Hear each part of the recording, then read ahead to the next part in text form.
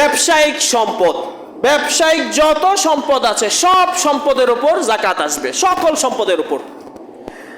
কেউ ফ্যাক্টরি আছে, কারো ফ্যাক্টরি আছে, সেই ফ্যাক্টরির উপর সে যত জামা বানিয়েছে সেই জামার উপর যাকাত আসবে।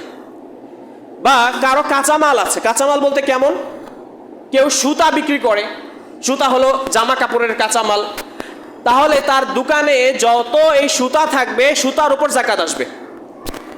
তারপর কেউ অন্য কোনো ব্যবসা বাণিজ্য করে, সকল ধরনের ব্যবসা বাণিজ্যের উপর যাকাত আসবে, সকল ধরনের ব্যবসা বাণিজ্য। তারপরে ব্যবসায়িক যে সম্পদের উপর যাকাত আসবে না, যে সম্পদের উপর যাকাত আসবে না সেটি হলো কোম্পানির গাড়ি যদি থাকে, আপনাকে কোম্পানির পক্ষ থেকে একটা গাড়ি দিয়েছে, সেই গাড়ির উপর যাকাত আসবে না। বা আপনি কোম্পানির যে সমস্ত গাড়িতে করে মানুষরা চাকরি করতে যায় ওই সমস্ত গাড়ির উপর যাকাত আসবে না। তারপরে গার্মেন্টসের যে সমস্ত মেশিন আছে সেই সমস্ত মেশিনের উপর যাকাত আসবে না। তারপরে কোম্পানির শ্রমিক যারা, কোম্পানির ভিতর যে সমস্ত শ্রমিকরা ল্যাপটপ ইউজ করে, চেয়ার ইউজ করে, আরও অনেক আসবাবপত্র শ্রমিকরা ব্যবহার করে, ওই সমস্ত জিনিসগুলোর উপর যাকাত আসবে না।